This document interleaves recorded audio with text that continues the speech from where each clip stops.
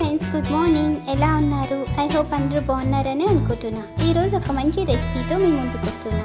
ఇది వచ్చేసి వంకాయ ఫ్రై చేయాలనుకుంటున్నాను. ఇది చాలా టేస్టీగా ఉంటుంది. At the same time very healthy అని కూడా చెప్పచ్చు.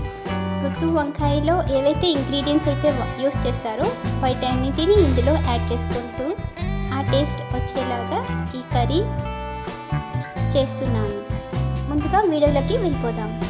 ఇప్పుడు వంకాయలు మీకు నచ్చిన షేప్లో కట్ చేసి పెట్టుకోండి. నేనైతే పొడవుగా కట్ చేసి పెట్టుకున్నాను. అండ్ సాల్ట్ వాటర్లో వేసుకోవడం వల్ల చేదు అనేది ఉండదు. Next green chillies, curry leaves and onions ఈ విధంగా కట్ చేసి పెట్టుకోండి. ముందుగా స్టవ్ ఆన్ చేసుకొని ప్యాన్ హీట్ చేసుకుందాం. ప్యాన్ హీట్ అయిన తర్వాత ఆయిల్ యాడ్ చేసుకుందాం. నెక్స్ట్ ఆవాలు, జీలకర్ర వేయించుకుందాం.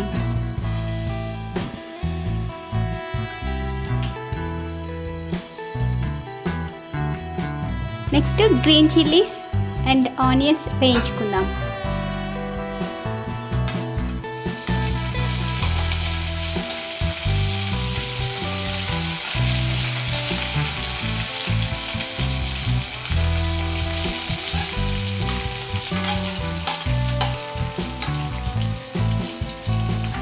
ఇవి ట్రాన్స్పరెంట్గా అయ్యేంత వరకు ఫ్రై చేసుకుందాం.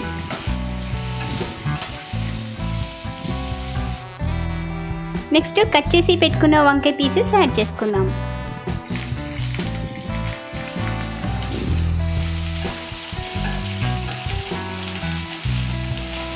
ఇలా పొడవుగా కట్ చేసుకోవటం వల్ల వంకాయలు పేస్ట్ అవ్వకుండా పీసెస్ అలానే ఉంటాయన్నమాట. అందుకనే నేను పొడవుగా కట్ చేసి పెట్టుకున్నాను.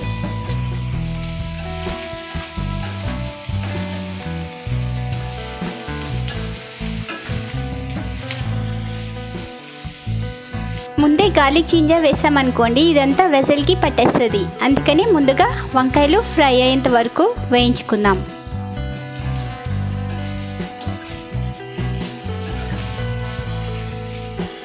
ఈ విధంగా ఆయిల్లో ఫ్రై చేసుకోవడం వల్ల మంచి టేస్ట్ వస్తుంది.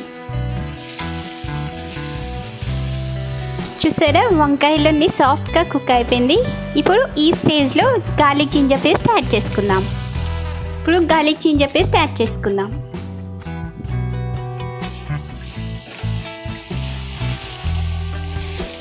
నెక్స్ట్ మీకు టేస్ట్కి తగినట్టుగా సాల్ట్ యాడ్ చేసుకోండి. నెక్స్ట్ జీరా ధనియా పౌడర్ యాడ్ చేసుకుందాం. నెక్స్ట్ టర్మరిక్ పౌడర్ యాడ్ చేసుకుందాం. ఇలా ఒక 10 minutes లో టు మీడియం ఫ్లేమ్లో ఫ్రై చేసుకుందాం. ఈ ఇంగ్రీడియంట్స్ అన్నిటిని వెజిటేబుల్స్కి పట్టాలి. ఈ వంకాయలకి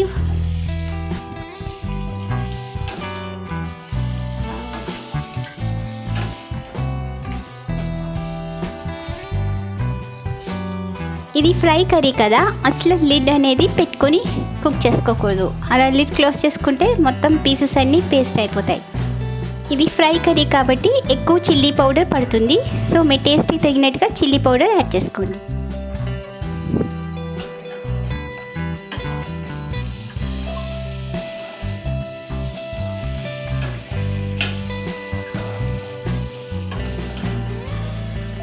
చూడండి, నెక్స్ట్ గ్రౌండ్నట్ పౌడర్ యాడ్ చేసుకోండి. నాకైతే ఇడ్లీ కారం ఉన్నది, సో నేను ఇది యాడ్ చేసుకుంటున్నాను.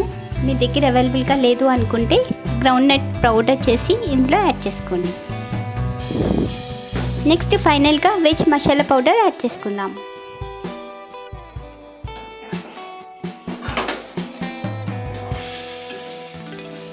చూసారా, ఎంత సింపుల్గా వెజ్ వంకాయ ఫ్రై రెడీ అయిపోయింది. చూడండి, ఎంత సింపుల్గా వంకాయ ఫ్రై రెడీ అయిపోయింది.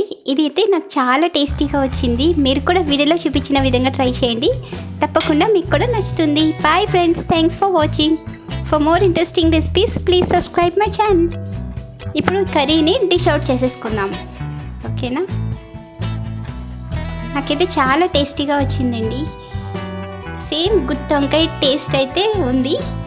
సో ఈ విధంగా మీరు కూడా ట్రై చేయండి.